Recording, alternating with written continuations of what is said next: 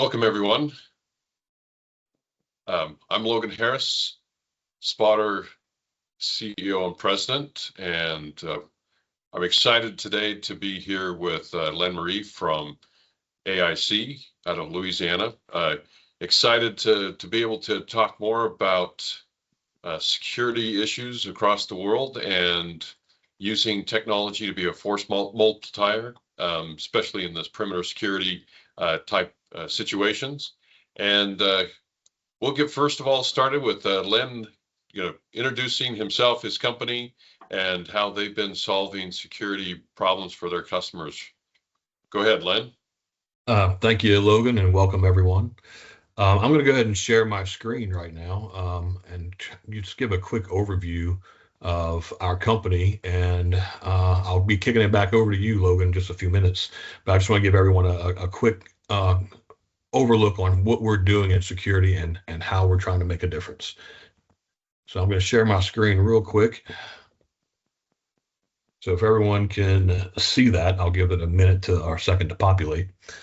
Our company owner and our co-owner, Craig Noel and Todd Mouton, are both retired law enforcement professionals and started our company about 17 years ago, and used their expertise in the industry from their law enforcement careers to truly have a vision and build partnerships with public safety agencies. And now our entire our sales force, our sales team, boots on the ground guys, we're also all retired or former law enforcement professionals from different parts of the state. And we have a lot of network and a lot of contacts inside this industry that can really prove to accentuate some of the security needs from a true problem solver standpoint, because we were on that side of the house and we understand it. And we understand the budget constraints. We understand the needs of the communities. So we absolutely love working with our partner agencies to brainstorm with them and show them that, what other neighboring agencies are doing and how they're taking advantage of technology. And that's what we're here to learn about today, is technology. Some of the products that we're working with some of these agencies, and I'm going to just kind of highlight our webpage here. It's going to be license plate reader cameras, LPR, surveillance trailers, citywide surveillance to fixed and mobile sites, access control systems. Everything's centered around security for us and how to detect and prevent crime. We always look for those choke points. We always look for the problem areas with our partner agencies, and we want to hear from them what they're experiencing and then share what we're learning from across the 130 to 160 police agencies that we speak with and talk with and work with. As a geographical area, we at AIC, we're covering primarily 3 states in the Southeast, Arkansas, Louisiana, Mississippi, and we also are doing work beyond those borders as well.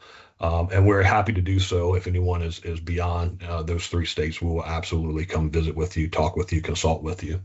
But other type, if you look at our list on our webpage, I won't go over everything, but from digital signage to intercom to emergency operations centers to real-time crime centers, we have experience in working with our law enforcement partners to build all those things.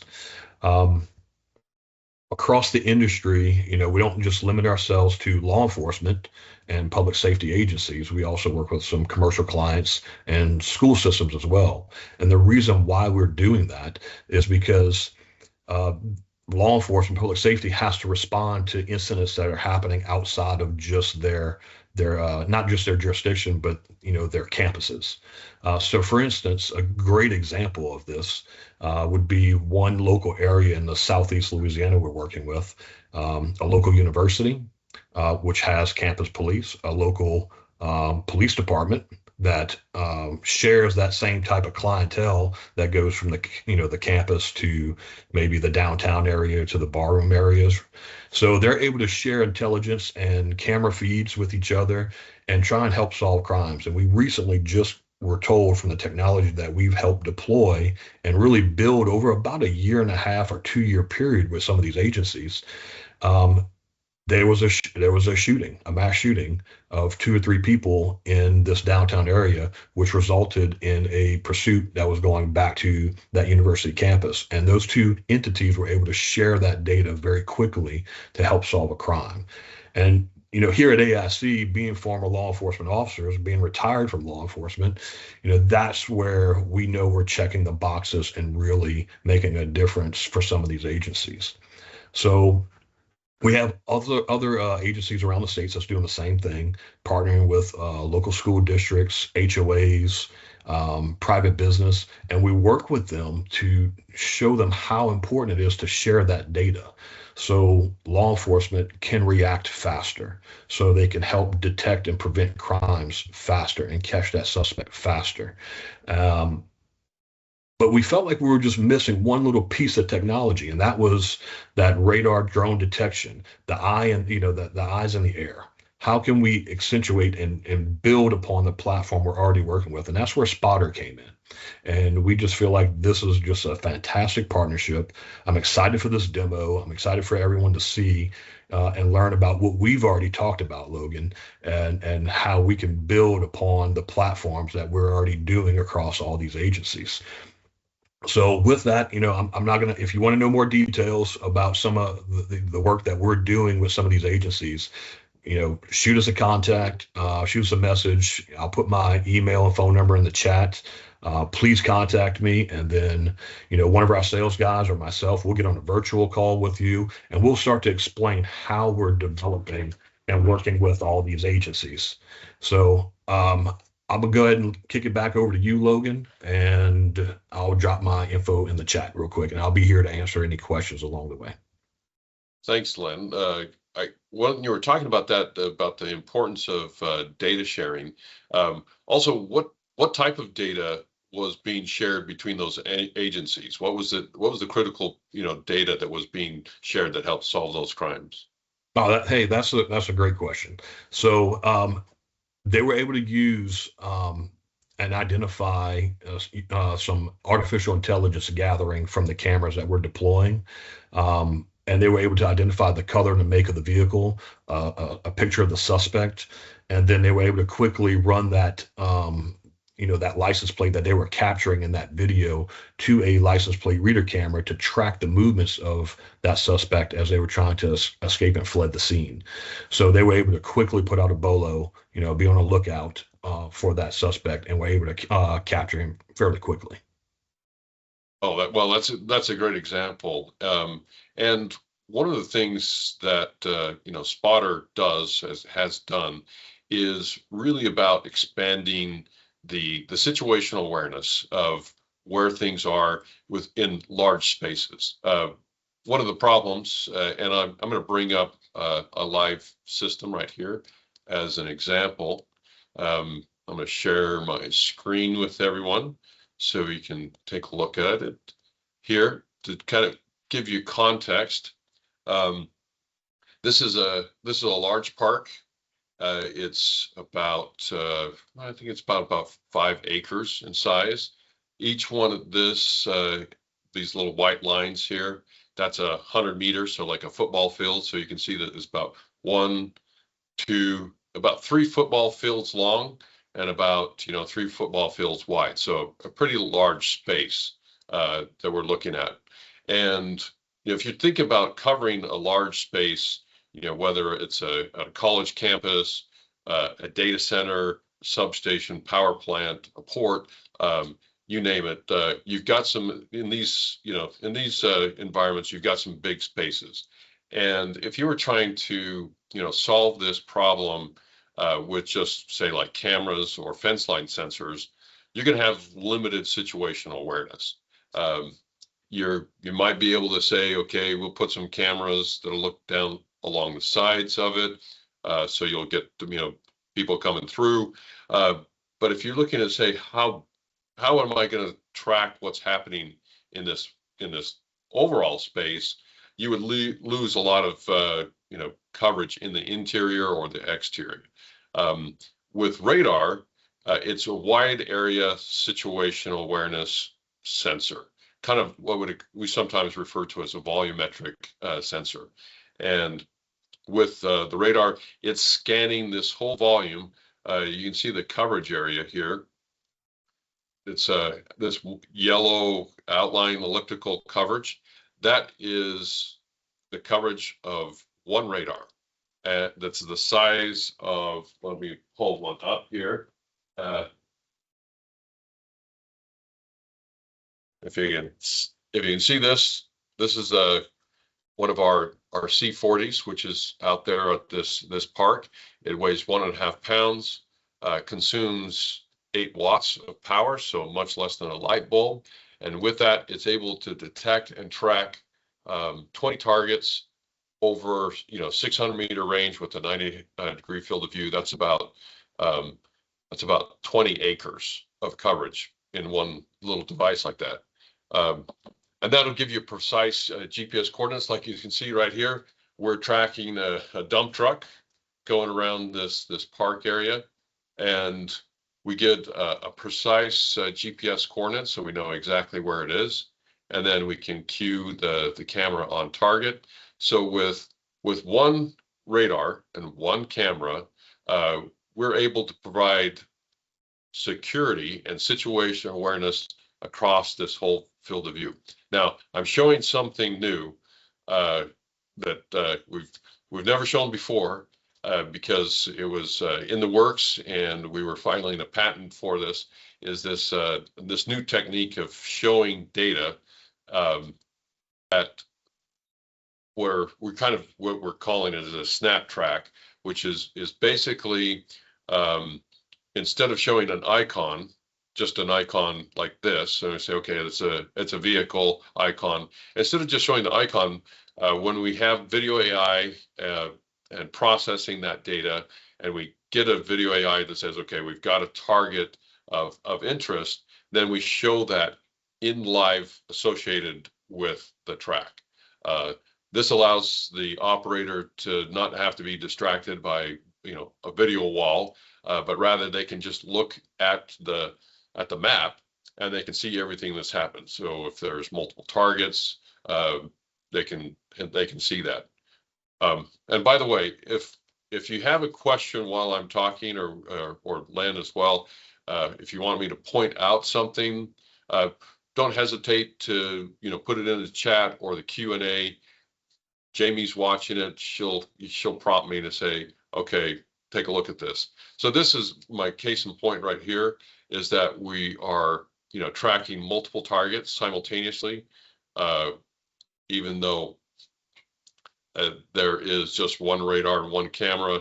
It's switching between those different targets, and that allows us to see what's happening. Now I can also pull up the video wall if I want to see more context, not just the target itself. I can pull this up and then see the full live field of view. One way this works with existing, and to think about how this can be a force multiplier for your existing video management system, what we typically do is we take this map interface, we turn it into an RTSP stream, and then that's then consumed by the video management system. So the operators, they don't have to leave their normal video management system to get access to this data. Rather, this pulls it together, and then we broadcast that information with the live video stream with event tracking over to the video management system. I'll give you a little bit of context, kind of show you how that works here. So this is kind of like the technology stack. We've got the sensors at the base layer. We've got these ground radars. We have air radars that are tracking by motion alone. We've got the remote drone ID sensor that picks up the broadcast signal from the drones with the ID.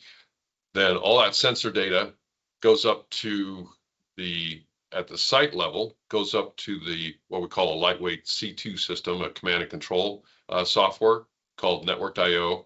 And then that processes that's kind of like the user interface that I was showing you, right here. This is the NetworkedIO user interface.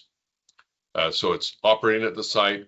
It does the real-time sensor fusion, bringing in the track data, queuing the cameras, running the video AI to look for targets of interest, and then alarming into the video management system, as well as pushing it up to the integrated management center.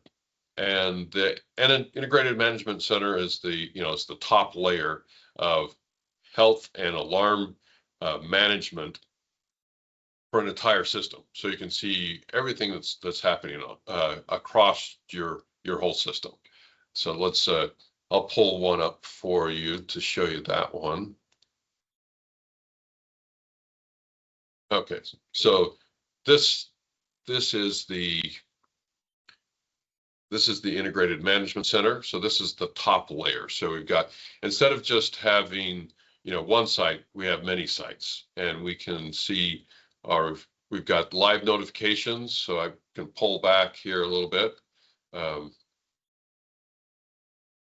I can pull way back and see, okay, I've got a test site up here in Washington. I've got 3 sites. Looks like I've got one of my sites here offline. These little symbols represent the location as well as the health of a site. So I can see, oh yeah, I've got this one offline here. It shows up in my left column. So at a glance, I can see, okay, I've got 3 of my sites are up, 2 of my sites are down, something's going on there. I can also see I've got these notifications. So I have some hostile locations going on, and I can bring that up here. And so this is my track cards. So I can see everything that's going on. And then I can dig in deeper and say, okay, well, right here at 636 at the HQ security site, we had somebody there. We can go click into it, and we can see, oh yeah, so this is somebody walking around our building, going around the side at 6:30. It's probably one of our employees. So I'm gonna call that one a friendly, save that one, and clear that alarm. And now I'm done with that alarm. I can go to the next one, and this one's at a different site. It's at the park site right here. That's also, you can see here on the map where they went. They stayed mostly on the path. So I'm going to say that one's a neutral. Say that, clear that one as well.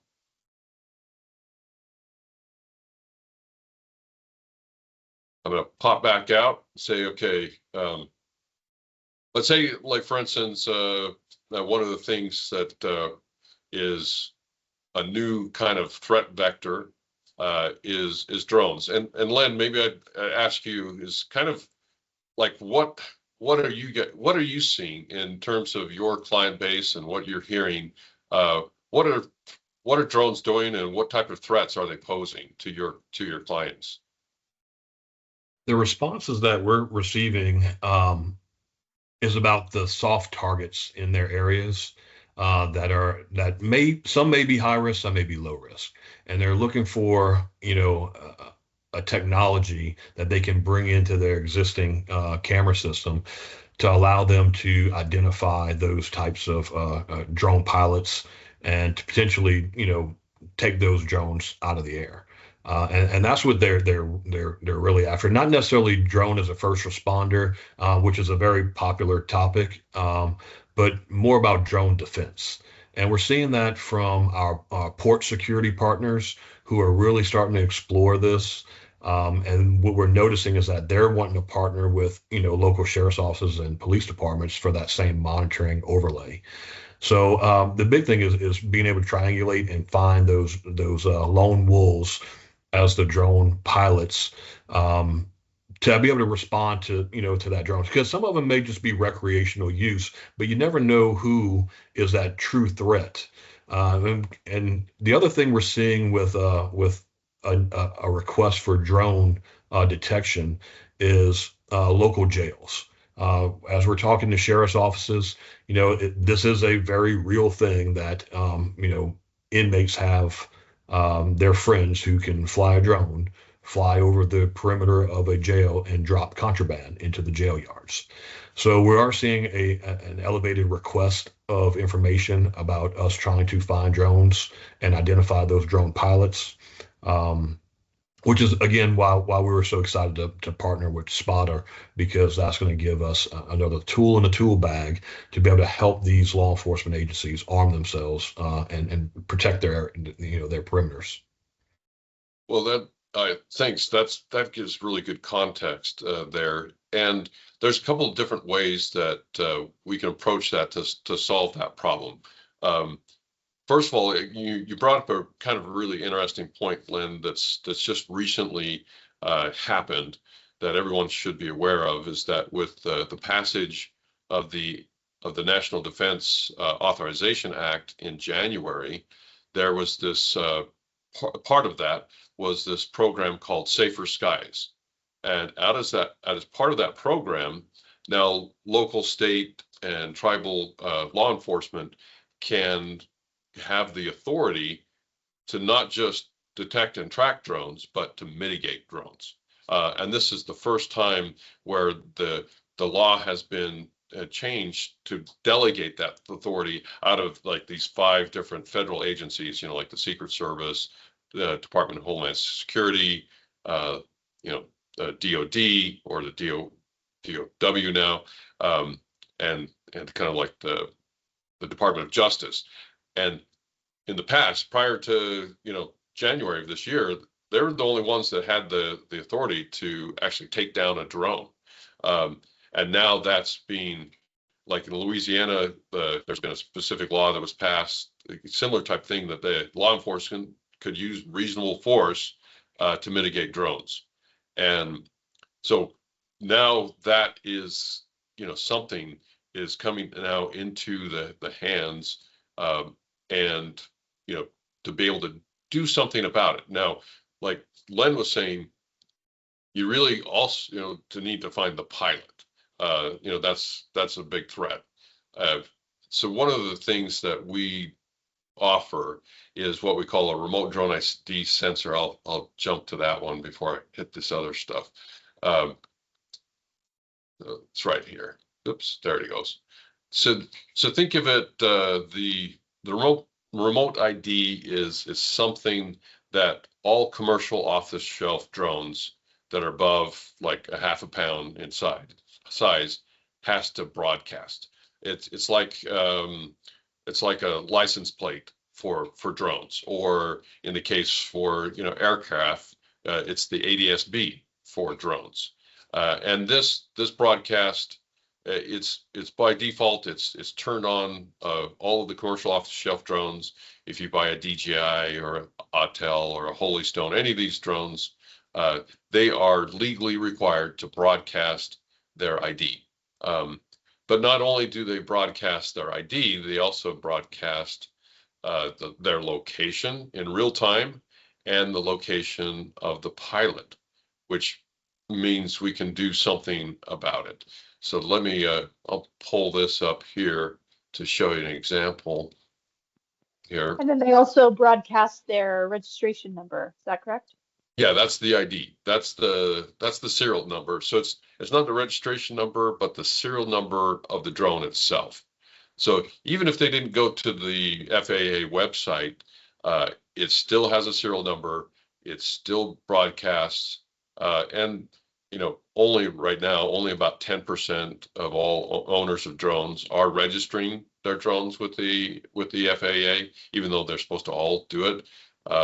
But even if they haven't registered, it still has to broadcast this ID.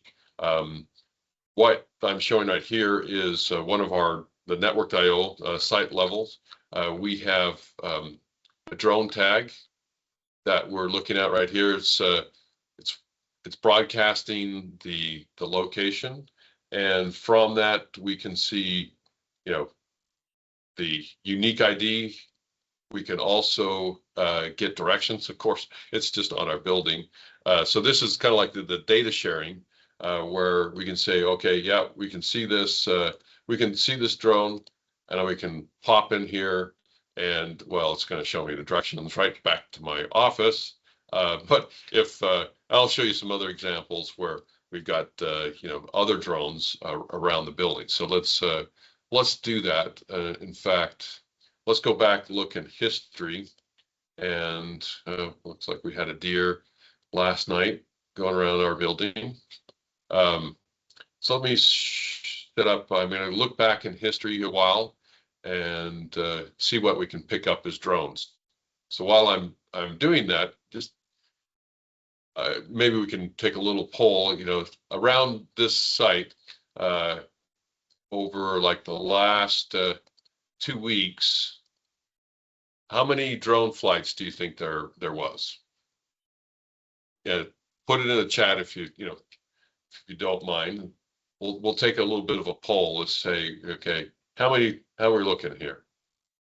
Logan, I think you're bringing up a great point here, because if you're not in a proactive role to be able to identify how many flights are, then you truly don't know what's flying over your critical areas. That could cause some catastrophic events, large event gatherings, water sewer plants in jurisdictions, and anything to that extent. And that is the scary thought of when a person has evil intent.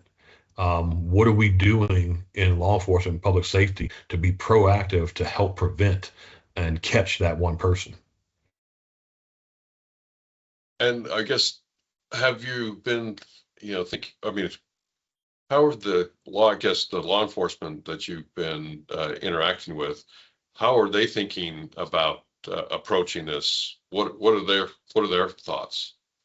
Well, sometimes we get a little pigeonholed in law enforcement because we were forced by the nature of the job, with the amount of calls for service that get received, to being just forced into a reactive mode.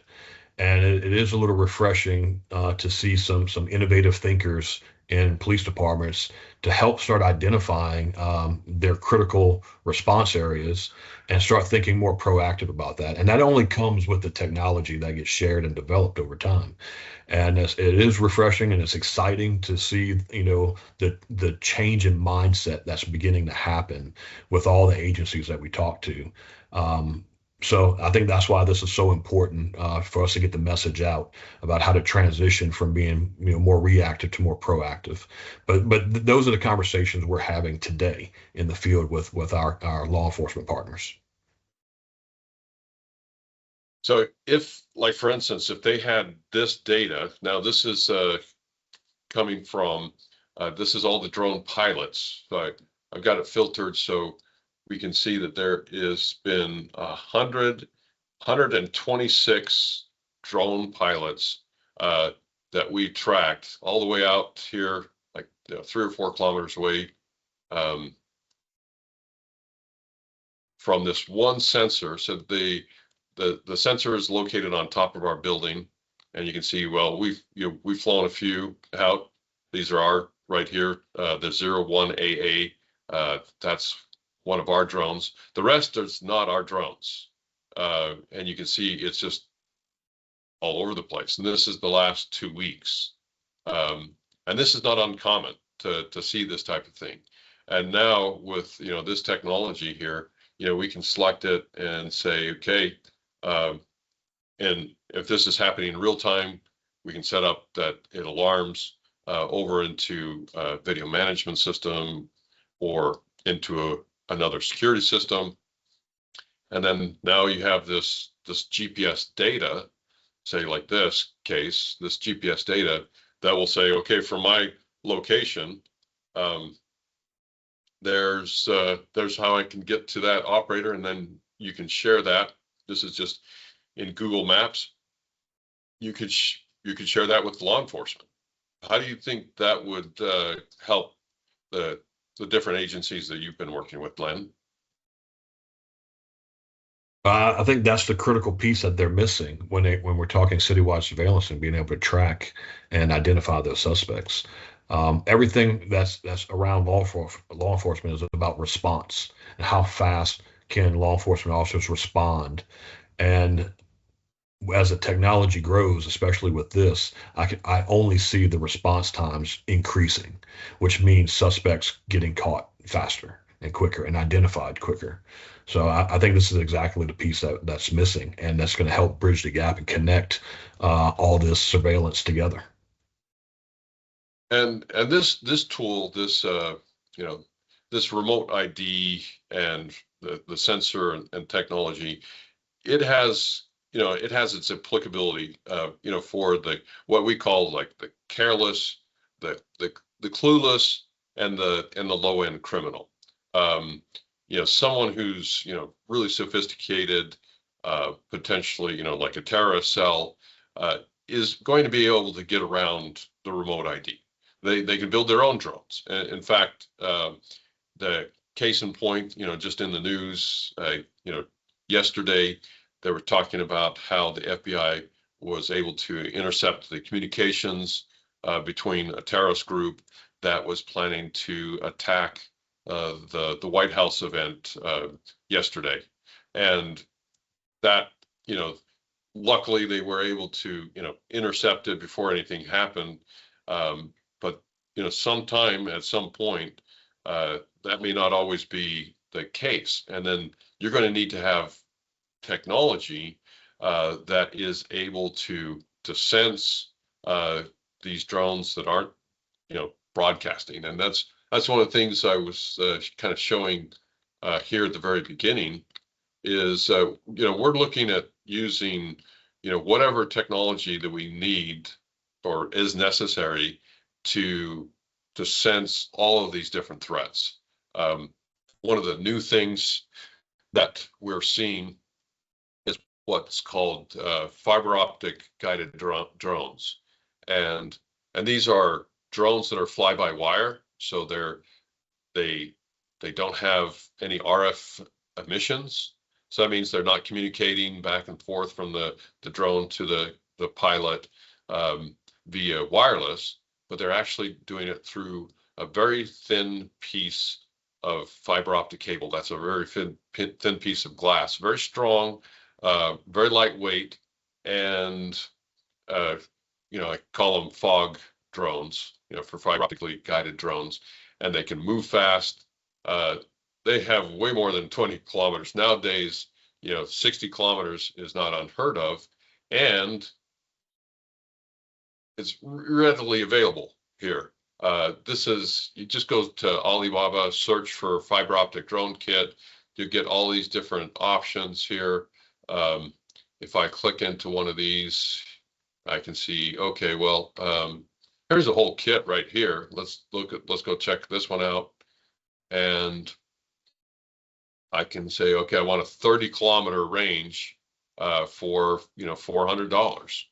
So for $400, anybody in the world can order a 30-kilometer fiber optic cable kit and stick it onto their do-it-yourself, FPV drone, like they're showing right here. That's how prevalent, and we're seeing this, not just in Ukraine and Russia, but now we're seeing this propagate into other areas as well. Colombia has reported that they're getting attacked daily, multiple times daily, with fiber optic drones from the guerrilla forces attacking the government forces. It's happening in Israel. It's happening, in more of these conflict areas as people realize that they can use these and they can't be sensed by RF sensors and they can't be jammed. So that's one of the problems we've been working on as well. Say, what do you do with this? The remote ID doesn't work with this. It won't. They're not broadcasting anything, so you can't pick it up. Now, that's the remote drone ID is kind of like for those low-end criminal types. But someone's more sophisticated, you're going to have something else. And so if you're in the situation, maybe you're a nuclear power plant operator, you're concerned about terrorist type threats, then you're going to need to go to a different technology. And that's where we've been working as well. And, radar, has been around since World War II for tracking aircraft. Back in, back in 2009, 2010, Spotter was originally formed to provide, small, compact, surveillance radar for special forces, tracking ground targets. IEDs were in the ground at that point, and they needed these small outposts. Outposts needed a way to have situational awareness and something that they could easily carry. So that's where Spotter started. But one of the things that radar is good for is just tracking anything that's moving, and that's what we've done as of late. We started out with the AX250. That's this device right here, which is on a rotational on a motor that is able to track drones in 3D with full hemispherical coverage. But now, as the velocity has increased, as the number of targets, because they're not just using one of these, now they're using swarms. We've developed a new radar technology that we just released back in March, and now are shipping this compact holographic 3D radar technology. The first model is the GAX 500 3D. It's a 500-meter range with a 90 by 90 degree field of view, and it's able to scan the full volume of space 18 times a second and track 50 different targets every 56 milliseconds. That's 18 times a second. So we took a kind of a different approach versus some of the other radar technologies that are out there. What has been used in the past is electronically scanned arrays. Think of it as like a flashlight that you're scanning back and forth over your volume of space, and then when it crosses where a drone is, you get a blip, and then you keep going, and you come back around and you get another blip. So if you've got multiple drones and they're moving fast, you can see how it's going to be hard to keep track of them. And that's where we've taken a different approach. Our approach was this holographic approach. Kind of, in a way, it's kind of similar to photography in the terms of how we do it, where we have a broad beam, pretty low power. I mean, less power than your cell phone, and we illuminate the full volume of space with one antenna 100% of the time. So it's just kind of like a floodlight. So it's just out there illuminating the full volume 100% of the time. And then we take I would say a snapshot, in kind of put it in photography terms. We have a kind of a long exposure, which is 56 milliseconds, where we collect all that return data that's bouncing off of everything. And then after 56 milliseconds, we say, okay, we got a frame of data. Then we process that to find out, okay, where's all the things that are moving? And we can do that for 50 targets in every 56 milliseconds. And that allows us to show you where everything is. And we do it in 3D with the stationary panel. So that's where this comes in. And I'll show you a little video clip here.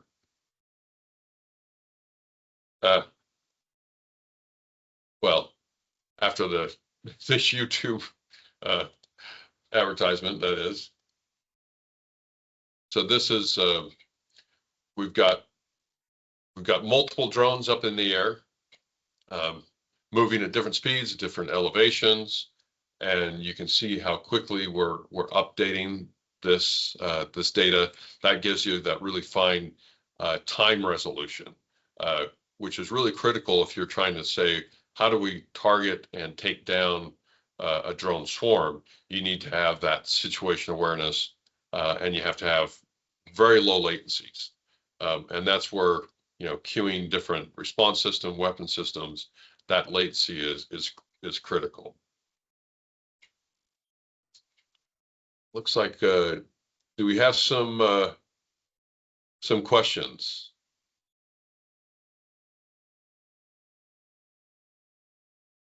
Logan, while we're waiting for some Q&A, can you speak to the use of industrial airports or airports and how they're how this could be used to help secure their perimeters and protect them, and where that's being used at today, as far as your current client base? Yeah, so and it's interesting. In airports sector in particular, they of course are very concerned in the United States. There's a little bit different, versus the United States versus internationally. In the United States, mostly what we're seeing is a concern for commercial off-the-shelf drones that are going places where they shouldn't, and that they're very interested in and using remote drone ID. So because they want to be able to see, like when I was showing here with this system, where they want to see all these, where all the drones are. And that allows them to say, okay, we've got a drone that's intersecting with the path, and we're doing that. Let me go into live mode so I can show you this as well. And let's turn on all of my tracks. Is that they're combining ADS-B with the situation awareness in combination with the remote drone ID to see if there's potential collisions. And I'm gonna show you this. I'm gonna expand out our ADS-B coverage just to kind of show you this here.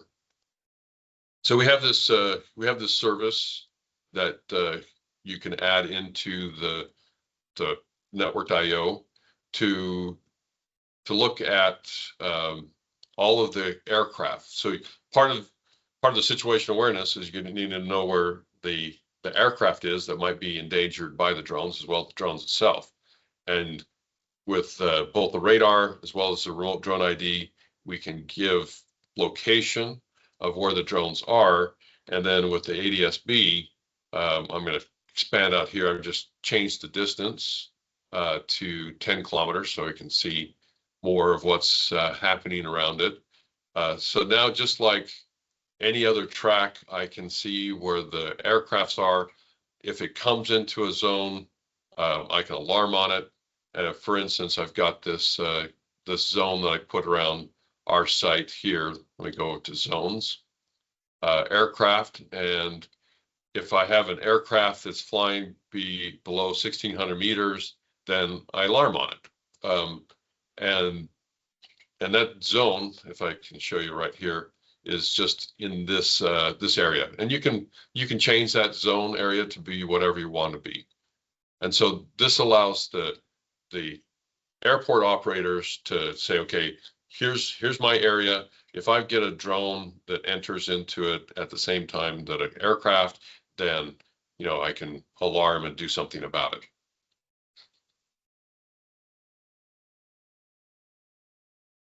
Now, internationally, it's a little different. Internationally, we do actually a lot at airports internationally, and it's a combination of ground as well as air detection because there's threats. I mean, it happened, at Denver, Colorado, just recently at the airport there, where a guy jumped over the fence and then walked onto the runway, was hit, and so there's the ground piece, and whether I'm detecting or tracking drones or people or vehicles, it really doesn't matter to our system. It's just data. It's just track data. And then we set up different zones. Like, for instance, here I have the drones, or the zone, let's shut this down so you can see it a little bit better.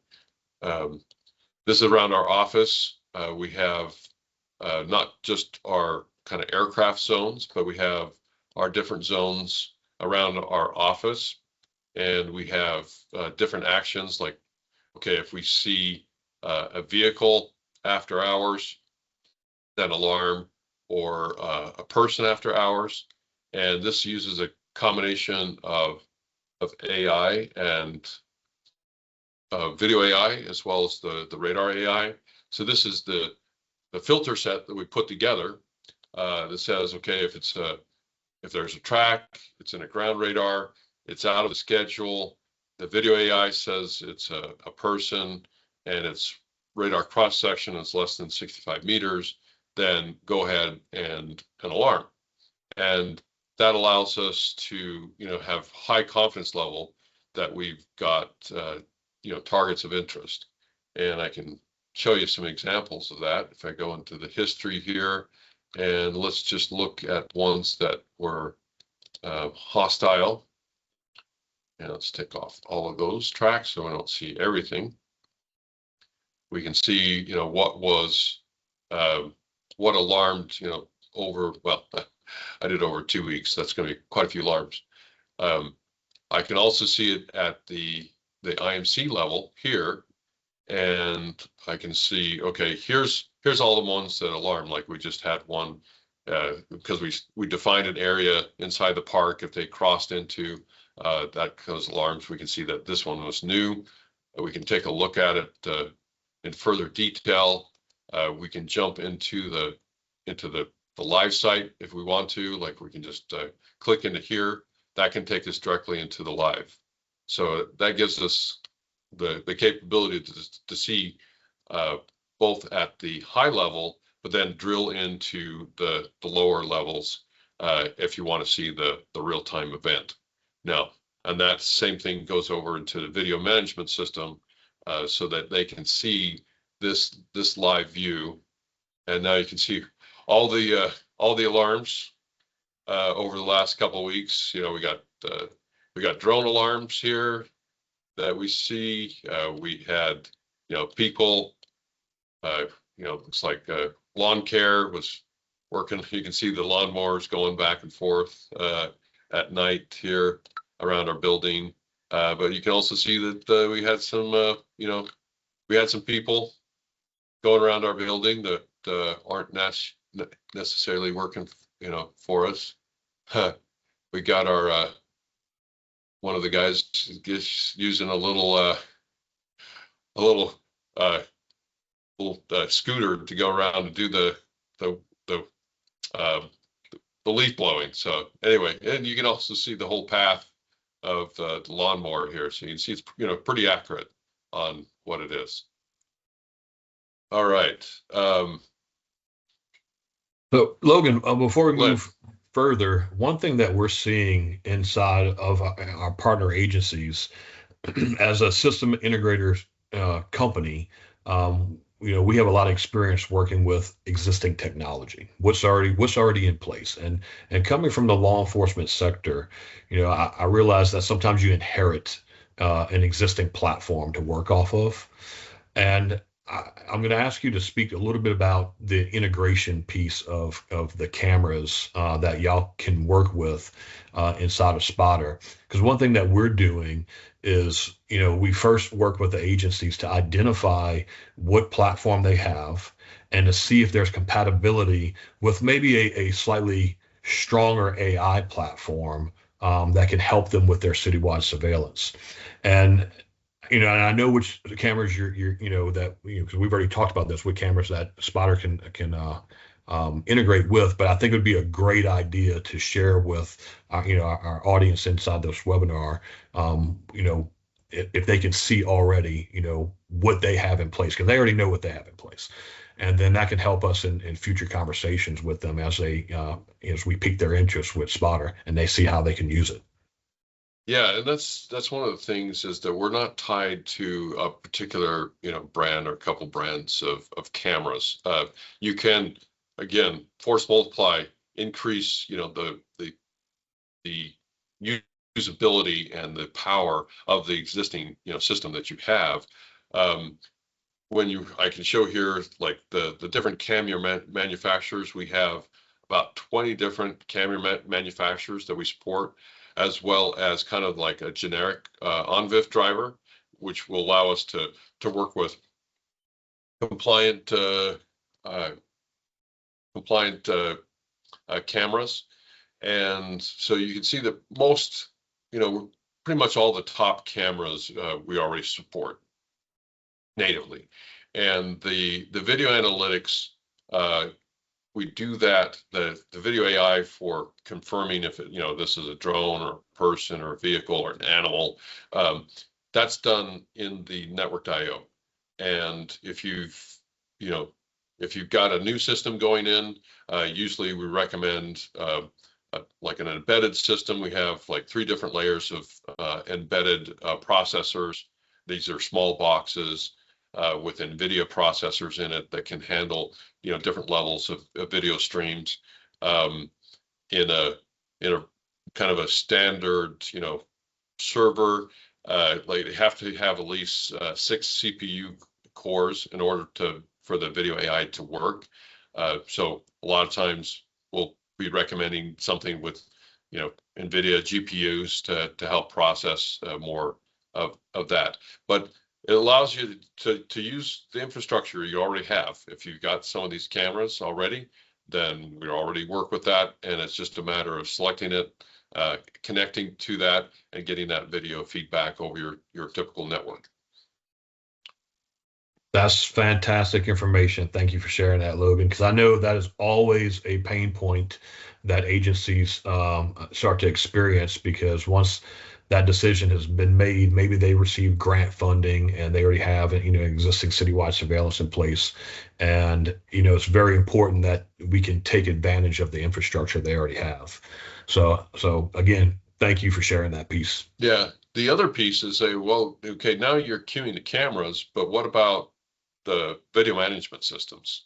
And we have, and that's one of the nice things about NetworkedIO is it's really kind of like the glue that kind of hooks things together very easily. And we have a number of different ways to integrate with the Video Management Center, as I spoke earlier. One, we can take the whole map interface of NetworkedIO, which I'm showing you, and then make it a real-time video stream. But then you also need to be able to trigger events into the video management system. And so we have a number of different ways to do that. We've got a generic option where we create a network packet, however they want it to be formatted, to push over to the VMS to trigger saying you got something here. We have some custom scripts that we wrote to have pass on maybe some different formats or some more data, like this one for Video Expert, Vigilon, Digifort, Exact Vision, FLIR, Milestone. So they wanted some little tighter integration. So we have the same thing. This is just event data. When we see a target of interest, then we can alarm over to the video management system. Then the video management system pops that up in front of the operator. They stay within their normal operating, system. They don't have to go over to the NetworkedIO. They just look right there, they see the data, and they can go through their workflow. We also have, not just with these different scripts, we also have the ability to send out an ONVIF motion event. So this is many video management systems. This is a typical kind of like a default way where we don't have to create a custom, call or network packet, but just to say, okay, when you get a motion event from the Spotter system, here's what you do, and you can configure it with all the data that it wants. So lots of different options there, because we want to keep it so that it's a force multiplier and not a, rip out everything that you've spent money on type of thing, but rather it's a build on and enhance what you already have. Absolutely. Great point. Great point. So I think we're at a point where see if we have any Q&A, any questions. I did drop my contact information in the chat. Please grab our email address and phone number. And same thing for, for Logan, if you want to drop your point of contact for Spotter in there as well, or Jamie or yourself. We'll be happy to answer any questions.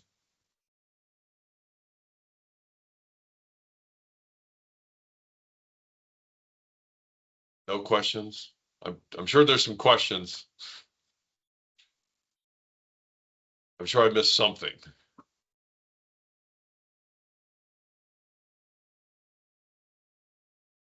Or anything that you would like me to show you or cover that I haven't. Maybe a different way to put that. Anything I haven't shown. I mean, I covered quite a bit in a short period of time. But if there's something else while we're doing that, I did want to show here, kind of interesting, the aircraft that flew over our space here. In just the last little while, you can see, then this is 1,600 meters, which means this is less than 150 meters above our building, which means these aircraft were flying in a space that could potentially conflict with drones that were flying.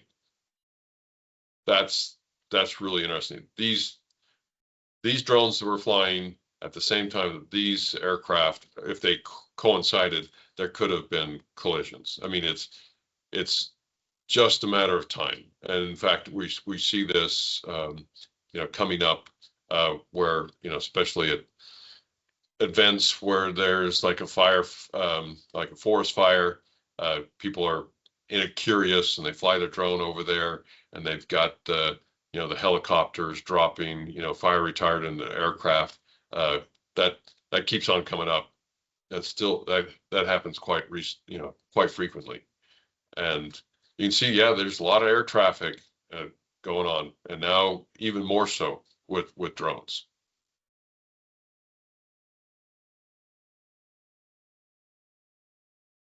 So it's definitely a different perspective to see it from this point of view on a map and in live feeds. It could, as I look at this and I think of just the area that I live in and think about the refineries and the plants that are in the local area, and think about how one person can cause a catastrophic event and truly shut down parts of the economy and get away with it. And that's actually a scary thought, but that's very real. We're in this, we're in this time, and I think it's time to be proactive for law enforcement. And I think this is the right tool. This is definitely the right tool to be able to identify that and take action. So perfect timing for Spotter Global and AIC to truly partner with our boots on the ground force to start connecting law enforcement together. Yeah, thanks, Len. Thanks, everybody. I guess we're coming to the conclusion. Jamie has posted our LinkedIn. If you want to follow us, please do. I also, if you want to contact me, I am putting in my email address in the chat as well here. Don't hesitate to reach out to either one of us if you've got further questions. And we're so excited to be working in conjunction with such an organization as AIC, and we're looking forward to working with others like yourselves to help prevent harm. That's what we're all about. So thank you. Thank you, Logan, and thank you, Jamie. And have a great day.